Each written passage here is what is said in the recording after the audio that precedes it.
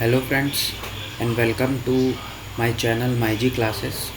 Once again आज के इस लेक्चर में हमने जो टॉपिक कल लास्ट लेक्चर में मैंने बताया था वो था म्यूनिसिपैलिटीज़ या उसे कहते हैं अर्बन लोकल गवर्नमेंट। शहरी जो शहरों में जो लोकल गवर्नमेंट्स होगा उनके बारे में आज हम पढ़ेंगे। तो फर्स्ट हमको थोड़ा सा बैकग्राउंड में अगर कभी का एक आध क्वेश्चन पूछ सकता है कि फर्स्ट म्युनिसिपल कॉरपोरेशन कहाँ सेट हुआ था इंडिया में, तो वो हुआ था मद्रास। आपको पता है कि पहले वो मद्रास के नाम से एक प्रेसिडेंसी भी थी, आपने पढ़ा होगा मद्रास, बॉम्बे एंड कलकत्ता। तो ये तीन जो प्रेसिडेंसीज थी उसमें से भी सबसे पहले 1688 में यह सेटअप किया गया था। कभी ये क्वेश्चन बनता है। नेक्स्ट हम बात करते हैं कि 74th अमेंडमेंट एक्ट, हमने कल पढ़ा था 73rd अमेंडमेंट एक्ट ऑफ 1992, जिससे क्या बने थे विलेज पंचायत या पंचायती राज। अब हम अर्बन गवर्नमेंट्स की बात करें तो 74th अमेंडमेंट एक्ट ऑफ 1992 ये ऐड किया पार्ट 9A। लास्ट में हमने देखा था कि 73rd से जो हुआ था वो 9 हुआ था, उसी में ही 74th अमेंडमेंट लाया गया और 9A जोड़ा गया, जो कि कॉन्स्टिट्यूशन में जिसको कहा गया द म्यूनिसिपैलिटीज़, इस टाइटल से आपको वहाँ पर वो मिल जाएगा 9A में। और जो आर्टिकल्स है वो है 243O तक हमने देखा था कि विलेज पंचायत्स में थे, और 243P से लेकर के ZG यहाँ तक जो होगा वह होगा हमारा अर्बन लोकल गवर्नमेंट। अब हम कल और एक चीज़ देखे थे कि 11वां शेड्यूल जो जोड़ा गया था 73rd कॉन्स्टिट्यूशनल अमेंडमेंट से, वैसे ही 12th शेड्यूल जोड़ा गया है 74th अमेंडमेंट से। तो तीन चीज़ आपको याद रखना है, part 9A, article 243P to 243ZG and 12th schedule, जिसमें 18 फंक्शनल आइटम्स हैं जिन पर ये म्यूनिसिपैलिटीज़ और अर्बन लोकल गवर्नमेंट्स काम करेंगी। इतने चीज़ आपको याद रखना है। फिर हम चलते हैं कि कितने टाइप्स के म्यूनिसिपैलिटीज़ होते हैं। तो आपको यहाँ पर देखने को मिलेगा 3 टाइप की म्यूनिसिपैलिटीज़ आपको देखने को मिलेंगी। फर्स्ट है आपकी नगर पंचायत। नगर पंचायत वो उन एरियाज़ को बोलेंगे, एक ट्रांजिशन फेज़ होता है कि कोई जो एक छोटा जगह है या छोटी जो आप बोल सकते हो कि एक कस्बा है, वह नगर बनने की ओर ट्रांजिट हो रहा है, मतलब उसमें एक ट्रांजिशन फेज़ है, तो वहाँ पर जो सेट होगा वो नगर पंचायत होंगे। नेक्स्ट जो सेकंड क्लासिफिकेशन है वो है म्युनिसिपल काउंसिल। म्युनिसिपल काउंसिल या नगर पालिक परिषद जिसको आप बोलते हैं, वह छोटे अर्बन टाउन्स में लागू होगा, और म्युनिसिपल कॉरपोरेशन जो होगा वह बड़े अर्बन बॉडीज़ में, बड़े टाउन्स में वो म्युनिसिपल कॉरपोरेशन होगा, जिसे हम नगर निगम कहते हैं। तो ये 3 होंगे। इनमें पॉपुलेशन वाइज भी है, वह आप देख सकते हैं, उसको पढ़ सकते हो उसके बारे में। अब हम चलते हैं कि इनका कंपोजिशन क्या होगा, तो ये किन किन से मिल करके बनेंगे। तो आप सभी को पता है कि पूरे जो भी म्यूनिसिपैलिटी एरिया होता है उसे छोटे छोटे वार्ड्स में बांटा जाता है, और उन वार्ड्स में फिर काउंसलर्स होते हैं जिन्हें हम हिंदी में पार्षद कहते हैं, और पार्षद के जो चुनाव होते हैं वो डायरेक्टली लोगों के द्वारा किया जाता है जो उस वार्ड के एरिया में रहते हैं। उस वार्ड एरिया में रहने वाले लोगों के द्वारा उन्हें चुना जाता है। तो डायरेक्टली इलेक्टेड मेंबर्स होंगे जिन्हें हम काउंसलर्स कह रहे हैं, और वहाँ पर एक प्रेसिडेंट या आपके मेयर होंगे, वो अलग अलग बॉडीज़ में अलग अलग नामों से जाने जाते हैं, हम आगे उनके बारे में देखेंगे। लेकिन डायरेक्टली इलेक्टेड मेंबर्स के अलावा भी वहाँ पर बहुत सारे ऐसे मेंबर्स और नॉन मेंबर्स होते हैं जो कि या तो नॉमिनेट होते हैं या उन्हें नॉन इलेक्टेड मेंबर्स भी वहाँ होते हैं, ऐसा आपको याद रखना है। तो सबसे पहले हम देखते हैं कि persons having special knowledge in municipal administration, जो पालिका का जो प्रशासन है उस पर कुछ विशेष लोग जो उस पर कुछ अच्छे नॉलेज रखते हैं, उन पर्सन्स को भी क्या किया जाता है, वहाँ नॉमिनेट किया जाता है। ये आपको याद रखना है। तो यदि क्वेश्चन आता है कि केवल डायरेक्ट इलेक्टेड मेंबर्स होंगे तो आपका ऑप्शन वहाँ पर फॉल्स हो जाएगा। क्यों? क्योंकि वहाँ पर कुछ नॉमिनेटेड मेंबर्स भी होते हैं। फिर जो जिस एरिया पे वह म्युनिसिपैलिटी है वहाँ पर या तो उस कॉन्स्टिट्यूएंसी का जो कॉन्स्टिट्यूएंसी का अगर वो म्युनिसिपैलिटी भाग होगा तो वहाँ के एमपी और एमएलए भी उनके सदस्य होंगे, मतलब वो भी उनके सदस्य बन जाते हैं। नेक्स्ट आपको याद रखना है मेंबर्स ऑफ द राज्यसभा या स्टेट लेजिस्लेटिव काउंसिल। ऐसे राज्यसभा के सदस्य या राज्य विधान परिषद के सदस्य जिनका नाम इलेक्टोरल लिस्ट में है और वह उस म्युनिसिपैलिटी के अंडर में वो जो एरिया है वो आता है, तो वह भी उनके सदस्य बन जाते हैं। तो डायरेक्टली इलेक्टेड मेंबर्स होंगे, पर्सन्स हैविंग स्पेशल नॉलेज होंगे, एमपी एमएलए होंगे और राज्यसभा के और स्टेट लेजिस्लेटिव काउंसिल के भी मेंबर वहाँ होते हैं। तो ये कंपोजिशन है। इनके अलावा भी कुछ वार्ड कमिटीज़ बनाई जाती हैं, उनके भी मेंबर्स वहाँ पर होते हैं। तो आपको कंपोजिशन को याद रखना है, कभी कभी ये भी क्वेश्चन पूछा जाता है।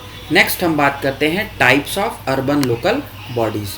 अब अर्बन लोकल बॉडीज़ की अगर हम बात करें तो वो बहुत सारे टाइप्स हमको देखने को मिलते हैं। उससे पहले मैं आपको बताना चाहूँगा कि जो म्युनिसिपैलिटीज़ या अर्बन लोकल बॉडीज़ का जो कंपोजिशन है वह केवल हम उन्हें राज्य सरकार या फिर केंद्र सरकार तक ही सीमित नहीं रखेंगे, क्योंकि यहाँ पर आप देखेंगे कि अर्बन जो बॉडीज़ होंगी उनमें कहीं न कहीं पर आपको डिफेंस वाले भी मिनिस्ट्री आते हुए दिखेगी और अर्बन डेवलपमेंट मिनिस्ट्री भी आपको आते हुए दिखेगी। तो हर जगह अलग अलग आपको रोल वहाँ मिलेगा। तो आप म्युनिसिपैलिटीज़ के खास करके जो अर्बन लोकल बॉडीज़ की अगर हम बात करें तो वहाँ केवल एक मंत्रालय नहीं होता, वहाँ पर बहुत सारे मंत्रालय एक साथ वहाँ उन सारे एरियाज़ को मॉनिटर करते हैं या वो सारे एरियाज़ उन मंत्रालयों के अंदर आते हैं। एक एक करके हम उन्हें अब देखेंगे। तो म्युनिसिपल कॉरपोरेशन जैसा हमने पढ़ा कि बिग सिटीज़ के लिए होंगे, जो मैं कीवर्ड्स है वो यहाँ आपको लिख दिया हूँ तो आपको पढ़ने में आसानी होगा और ये इतने ही आपको याद रखना है। इसके अलावा आपको डिटेल में बहुत ज़्यादा नहीं जाना है। आप क्वेश्चंस उठा के देखेंगे तो इन्हीं पॉइंट्स के आधार पर आपको वो क्वेश्चंस बन जाएंगे।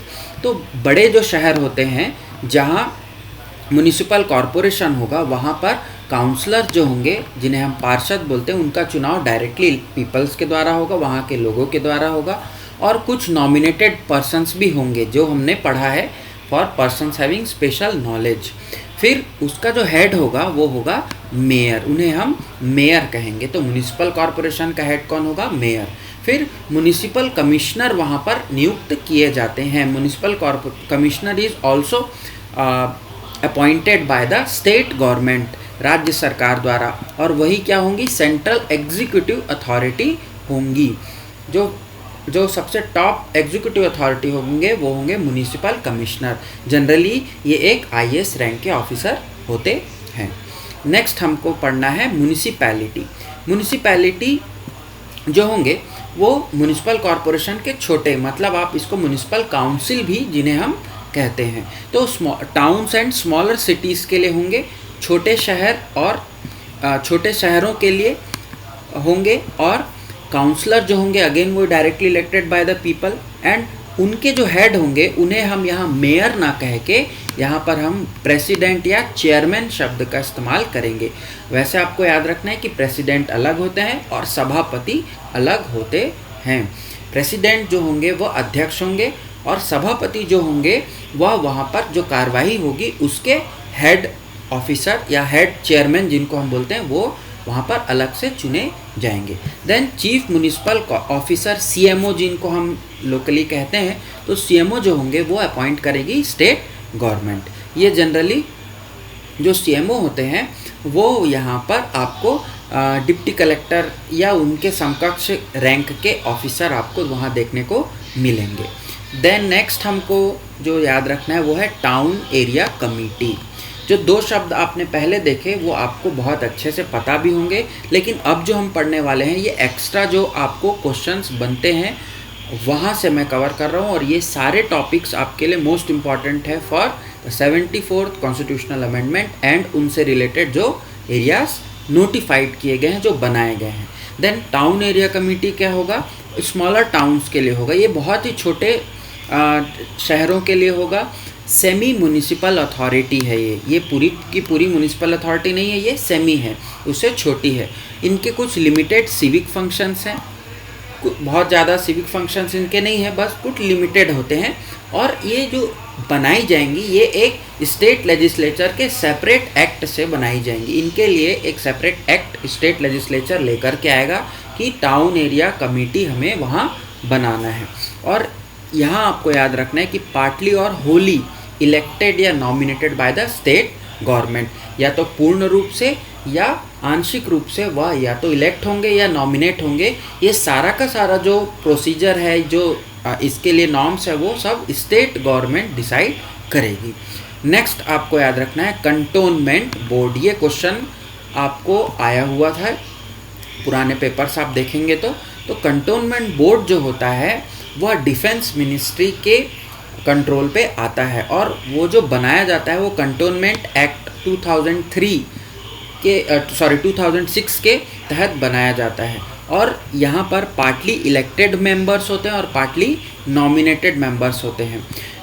यहाँ कुछ इलेक्ट होंगे, कुछ नॉमिनेट होंगे। तो जो इलेक्ट होंगे वो 5 साल के लिए रहेंगे, और जो नॉमिनेटेड मेंबर्स होते हैं वो वे मेंबर्स होते हैं जिनकी सर्विस उस स्टेशन पर होती है। और नॉमिनेटेड मेंबर्स अपनी जो सर्विस है उस स्टेशन में जब तक उनकी सर्विस है तब तक वो अपने पद पर रहते हैं, देन वो अपने पोस्ट को वैकेट कर देते हैं जैसे ही वो सर्विस स्टेशन उनका चेंज हो जाता है। यहाँ पर जो मिलिट्री के कमांडिंग ऑफिसर होंगे, जो उस स्टेशन पे जिन्हें बनाया गया है उसके जो कमांडिंग ऑफिसर होंगे वही उनके एक्स ऑफिशियो प्रेसिडेंट होंगे। एक्स ऑफिशियो प्रेसिडेंट का मतलब पदेन सभापति या पदेन अध्यक्ष उन्हें हम बोलते हैं। देन वाइस प्रेसिडेंट का जो चुनाव होगा वो इलेक्टेड मेंबर्स जो होंगे, जो इलेक्ट होके आएंगे, और नॉमिनेट होके जो इलेक्टेड मेंबर्स होंगे उनके द्वारा उनके समूह में कोई किसी एक को वो चुनेंगे। और एग्जीक्यूटिव जो ऑफिसर होगा, जो कार्यकारी जो अधिकारी होगा, वो प्रेसिडेंट अपॉइंट करते हैं। यहाँ आपको याद रखना है कि प्रेसिडेंट के द्वारा उन्हें अपॉइंट किया जाता है। नेक्स्ट हम चलेंगे टाउनशिप्स। टाउनशिप्स आप सुनते होंगे, ये वर्ड बहुत कॉमन वर्ड है टाउनशिप्स। तो लार्ज पब्लिक एंटरप्राइज, जो कि लार्ज पब्लिक एंटरप्राइज जैसे सेंट्रल गवर्नमेंट के कुछ एंटरप्राइजेज हैं, वो एंटरप्राइज जब किसी एरिया पर अपने प्लांट्स वगैरह या उनको वहाँ पर कॉलोनीज़ डेवलप करते हैं तो वो एक टाउनशिप बनाते हैं। और ये भी भाग होता है अर्बन लोकल बॉडीज़ का।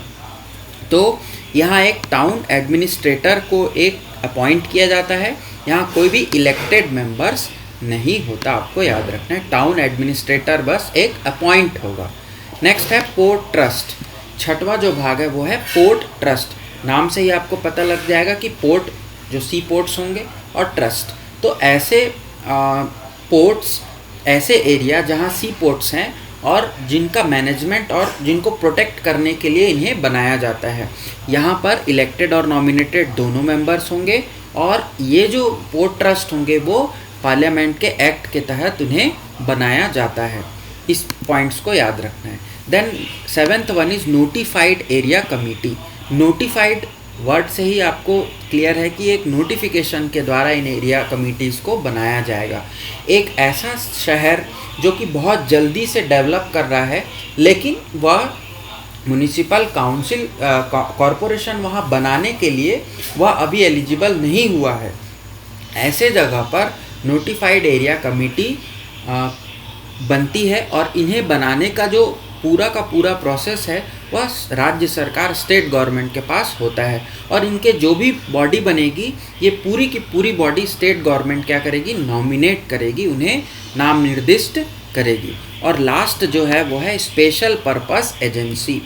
नाम से आपको क्लियर है कि ये किसी एक पर्पस के लिए, मतलब एक किसी फंक्शन के लिए बनाई जाती हुई एजेंसी है। तो ये फंक्शन बेस्ड है, ना कि एरिया बेस्ड। अभी तक हमने जितनी भी कमिटीज़ पढ़ी वो सब एरिया बेस्ड कमिटीज़ हैं। किन्हीं के पोर्ट्स एरिया थे, कोई टाउनशिप एरिया था, कोई बड़े शहर थे, कोई छोटे शहर। लेकिन ये जो लास्ट क्लासिफिकेशन है ये स्पेशल पर्पस एजेंसी है। इन्हें पूरे की पूरी ये ऑटोनॉमस बॉडी है और ये फंक्शन बेस्ड होते हैं, ना कि एरिया बेस्ड होते हैं।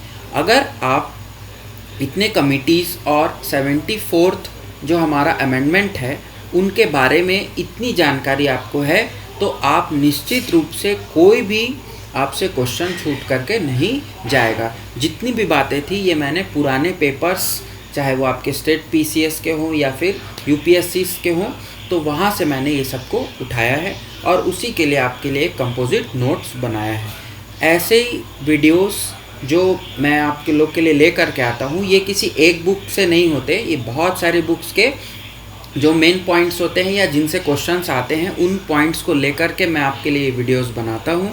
तो आप इस वीडियोस को ज़रूर लाइक करें, नीचे सब्सक्राइब का भी बटन है उसे भी आप क्लिक करें और आने वाले वीडियोस की नोटिफिकेशन आपको वहाँ से मिल जाएगी। तो आज के इस वीडियो को मेरे साथ ज्वाइन करने के लिए आप सभी का बहुत बहुत धन्यवाद। Thanks for watching. Thank you very much.